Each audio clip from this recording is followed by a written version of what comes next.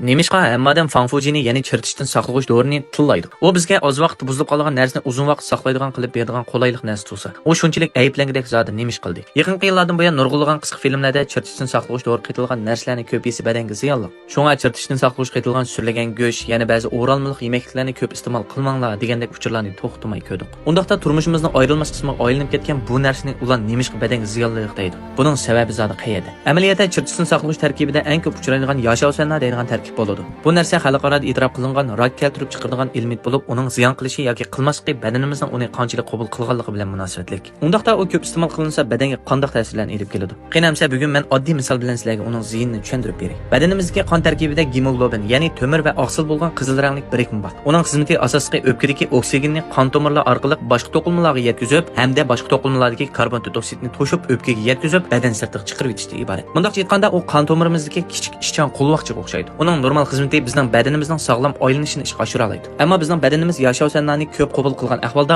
oksigen yetkazish tartibi butunlay buzilib, bayonqi ishchan qo'lvoqchining to'shiq xizmati to'xtab qoladi. Hamda har qaysi a'zolarga oksigen yetishmasligi sababidan bizda bosh qiyish, o'shidan ketish, qalb ko'kirish qatorliq ahvollar yuz berdi. Amaliyotda yashov-sanlar degan narsa turmushda intayin ko'p uchraydi. Masalan, siz o'ralma qapliq parcha yemeklarni yegan chig'ingizda og'zingizdan uzunga ketmaydigan bir xil tuzliq ta'mni his qilib boqqan. Mana bu dal yemeklarda chirishning oldini olish uchun qo'shgan yashov-sanlarning ta'mi. Bu narsa odatda go'sht turidagi mahsulotlarning rangini chiroyli saqlash uchun ishlatiladi. Lekin asosiy saqlash muddatini oshirish uchun ishlatiladi. Yuqorqi ahvolni ko'rib, biz turmushda bu narsani yiroq tutsak bo'ladigan ziyonliqkan deb ansirayotsizmi deyman. Bundan ko'p ansirashingizning hojati yo'q. Chunki bu narsaning miqdori to'g'risida davlatimiz aniq qilib qattiq belgilama chiqargan. Ko'pincha hollarda tasdiq bilan ishlangan davlat o'lchamiga to'shgan yemeklarni iste'mol qilsangiz bo'ladi. Lekin turmushimizda nimada yashov-sanlarning miqdori ko'p, nimada oz, qanday tanlaymiz degandek masalalarga yuzlanmay tura olmaymiz. Masalan, cho'ng-kichik hammamiz yoqtiradigan to'g'ri go'sht qaysi, to'g'rini o'ralmaydi go'shi, o'ralma to'g'ri go'sh kopi degandek narsalarni tanlashda yana aniq bizda tushuncha yo'q. Shunga sizning talashdagi boshqa qiyinchiligingizni yengish uchun men o'zim tetib bakkan Asra shirkatining qurg'uvchisi Jafar afandim boshchiligida tabiiy markasida ishlanib bozorga solingan,